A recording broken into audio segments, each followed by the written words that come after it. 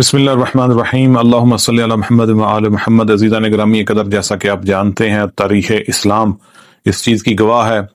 کہ امام حسین رسول خدا کے محبوب تھے، اور اسی طرح امام حسین کو بھی رسول اللہ کے ساتھ بہت زیادہ محبت تھی۔ امام حسین کا سن 6 یا 7 برس کا تھا تو رسول اللہ کا وصال ہو گیا، اور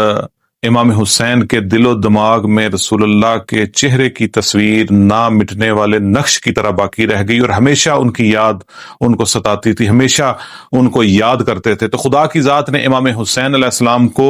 ایک فرزند عطا کیا کہ جس کا نام انہوں نے اپنے بابا کے نام پر علی رکھا، اور جب یہ بیٹا سن بلوغ کو پہنچتا ہے اور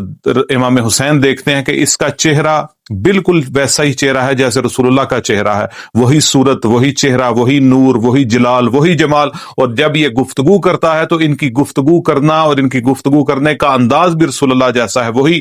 اخلاق جو رسول اللہ کا اخلاق تھا، وہی رفتار، وہی گفتار، وہی کرم، وہی شرافت۔ تو جب بھی کہتے ہیں کہ ہمیں رسول اللہ کی یاد ستاتی تھی، جب بھی ہم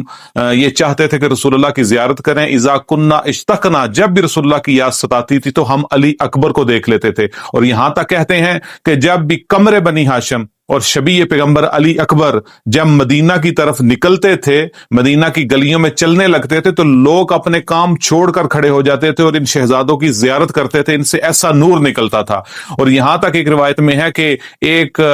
بدو عرب رسول اللہ کے وصال کے بعد مدینہ میں رسول اللہ کی زیارت کرنے کے لیے آیا۔ جب یہ زیارت کرنے کے لیے آیا تو جب اس کو معلوم ہوا کہ رسول خدا اس دنیا سے چلے گئے ہیں تو وہ بہت زیادہ رنجیدہ خاطر ہوا، غمگین ہوا۔ تو کسی نے کہا کہ تم پریشان نہ ہو، تم نے رسول اللہ کی اگر زیارت کرنی ہے تو امام حسین کے گھر چلے جاؤ۔ امام حسین کو اللہ نے ایک ایسا فرزند عطا کیا ہے